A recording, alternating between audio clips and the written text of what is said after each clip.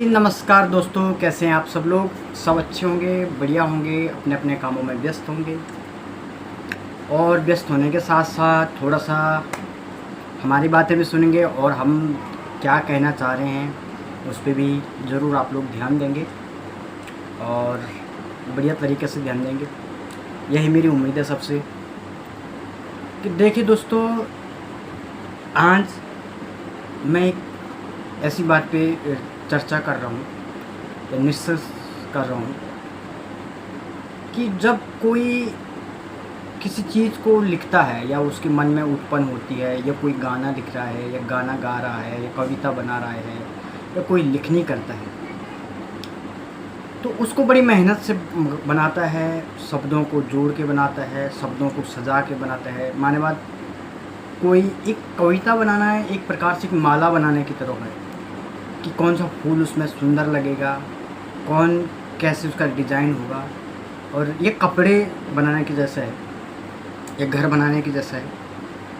उसी तरह से कविता बनाना भी है कि उसकी रचना करना, उसके बारे में सोचना, उसके बारे में जानना और किस चीज़ पे लिखना है, और उसके बारे में शब्दों का समूह जिस तरह से आदमी लिखता है।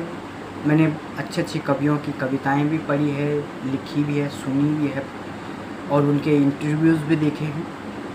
तो वो लोग जब अपने शब्दों को सजाते हैं, लिखते हैं, हमको लगने में तो बड़ा आसान होता है, लेकिन जब खुद हम उस चीज़ को करते हैं, उस प्रैक्टिकल को करते हैं और उस चीज़ की उसमें हम चलते हैं, तो वो बड़ा मुश्किल होता है। हालांकि कोई भी चीज़ इस दुनिया में आसान नहीं है जितना हम सोचते हैं, लेकिन होने पे सब हो जाता है।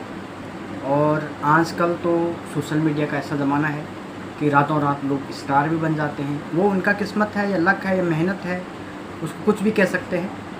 लेकिन जिस तरह से शब्दों का, जब कोई कवि शब्दों का समूह को जोड़ करके और उसकी रचना करता है, तो मानो ये लगता है कि कितना सुंदर और कितना आसान तरीक़े से लिखा हुआ है या बनाया गया है।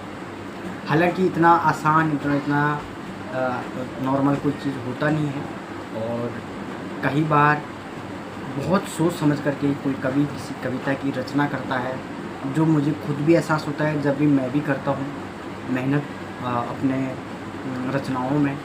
हालांकि कैसे भी मैं टाइटल पे लिखूँ और किस भी चीज़ पे लिखूँ, लेकिन बहुत मुश्किल होता है अगर मैं अपना अनुभव शेयर करूँ, क्योंकि मैं नया नया इस फील्ड में हूँ और मुझे पता नहीं क्यों साहित्य की ओर जाने का मेरा मन है। और साहित्य और समाज, ये दोनों चीज़ें मेरे को बहुत इम्पोर्टेंट लगती है। और जब शब्द को चुनना और उसके बाद शब्दों की जो माला होती है उसको बनाना, ये बहुत ज़्यादा टफ है, मुश्किल है। हालांकि बन तो जाते हैं, लेकिन कई बार हो सकता है ये लोगों को अच्छा लगता हो, नहीं लगता हो, ये लोगों के ऊपर ही छोड़ देना चाहिए। अभी तो मेरा जड़ पे ही हूँ, ना ऊपर उठा हूँ ना नीचे गया हूँ, लेकिन जो भी है मुश्किल तो लगता है। मैं आज उन कवियों के बारे में सोचता हूँ जिन्होंने अपनी बड़ी बड़ी कविताएं लिखी है, जिन्होंने बड़े बड़े लेख लिखे हैं। लगता है कि कितना टफ और कितनी मेहनत उन लोगों ने की होगी और कितने सोच समझ के लिखे होंगे। और कोई भी रचना हो, आसान कुछ भी नहीं होता है। सब चीज़ दिखने में आसान लगता है, लेकिन होता कुछ नहीं है। आज का मेरा निष्कर्ष यही था कि कुछ भी आप करते हो तो आसान कुछ नहीं है दुनिया में। सब चीज़ एकदम मुश्किल है, लेकिन उसको आसान बनाना पड़ता है। आप अपने किसी भी एक्सपीरियंस को लीजिए, आप कुछ भी कीजिए, आपको पता लग रहा होगा कि हाँ, हर चीज़ मुश्किल तो होती है, लेकिन जब उस पर हम बार बार कोशिश करते हैं, लगे रहते हैं उसके पीछे, तब जाके वो चीज़ें आसान होती हैं। तो मुझे आज जब मैं सोच रहा था कि कोई भी कवि अपनी रचना किस तरीके से करता होगा उस टाइम पे, और कितने सोच समझ करके कितने सही शब्दों का उपयोग उन लोगों ने किया है, मानो मज़ा आ जाता है। जैसे अभी इसी कविता को सुनो तो, चिड़िया रानी आओ बैठो सुनो कहानी, हम भी हो जाएं जानी पहचानी। तो ये कविता कितनी सुंदर रूप से लिखी गई है। ये मेरे बचपन के दिनों की कविता है। एक और बचपन की कविता मेरे को याद आती है, पथ मेरा आलोकित कर दो, कितना भी हो सर पे भार। ये और एक ये है, पर्वत कहता शीश उठाकर तुम भी ऊंचे बन जाओ, सागर कहता है लहरा कर मन में गहराई लाओ, नभ कहता है फैलो इतना ढक लो तुम पूरा संसार, पृथ्वी कहती है मुस्कुरा के, या कुछ ऐसा है, कितना भी हो सर पे भार। तो हर चीज़ जो है कि इन शब्दों के जोड़ को और मेल को कितनी खूबसूरती से यहाँ पे कवियों ने अपने प्रस्तुत किया है, वो देखने लायक है। हालांकि आज वो कविताएं सिर्फ आपको इंटरनेट के माध्यम से मिल जाएगी, लेकिन अब ये पाठ ऐसे आते भी हैं, नहीं भी आते हैं, पता नहीं, क्योंकि मैं बड़े लंबे समय से स्कूल के अध्ययन में भी नहीं हूँ और स्कूल से काफ़ी दूर हूँ। लेकिन आज भी मन हमेशा स्कूल की बातों पे और स्कूल की पाठ्य पुस्तकों में ही रहता है। और भले दौर कुछ भी हो, वक्त कैसा भी हो, लेकिन मैं ये कहता हूँ, मेरा कहने का मतलब ये है कि हर कवि के जीवन में कितना मुश्किल हुआ होगा। और गाना भी आप देख लो,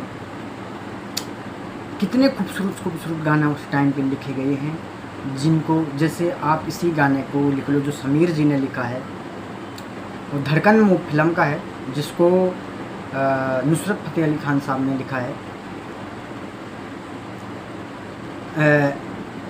नहीं रस्में नहीं कसमें नहीं उलझन, होंठ है खामोश लेकिन चल रही धड़कन, धड़कन धड़कन मेरी है नहीं रस्में नहीं कसमें नहीं उलझन, होंठ है खामोश लेकिन चल रही धड़कन।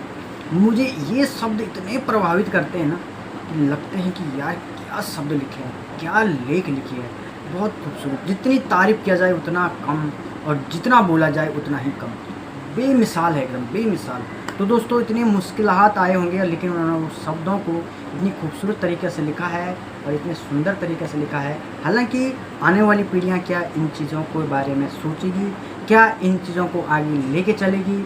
और इसमें हमारी हिंदी भाषा को मेरा हमेशा यही कहना है कि अपनी भाषा को, अपने व्यवहार को हमेशा आगे लेके चलना है, हमेशा भाषा को आगे लेके चलना। अपनी हिंदी भाषा हमारी सर्वश्रेष्ठ भाषा है, सबसे अच्छी भाषा है। आज की वीडियो में फ़िलहाल इतना ही। तब तक के लिए जय हिंद, जय भारत। मुझे दीजिए इजाज़त, और ऐसी वीडियो में लाता रहूँगा, ऐसे डिस्कशन आप लोगों के बीच में लाता रहूँगा। जय हिंद।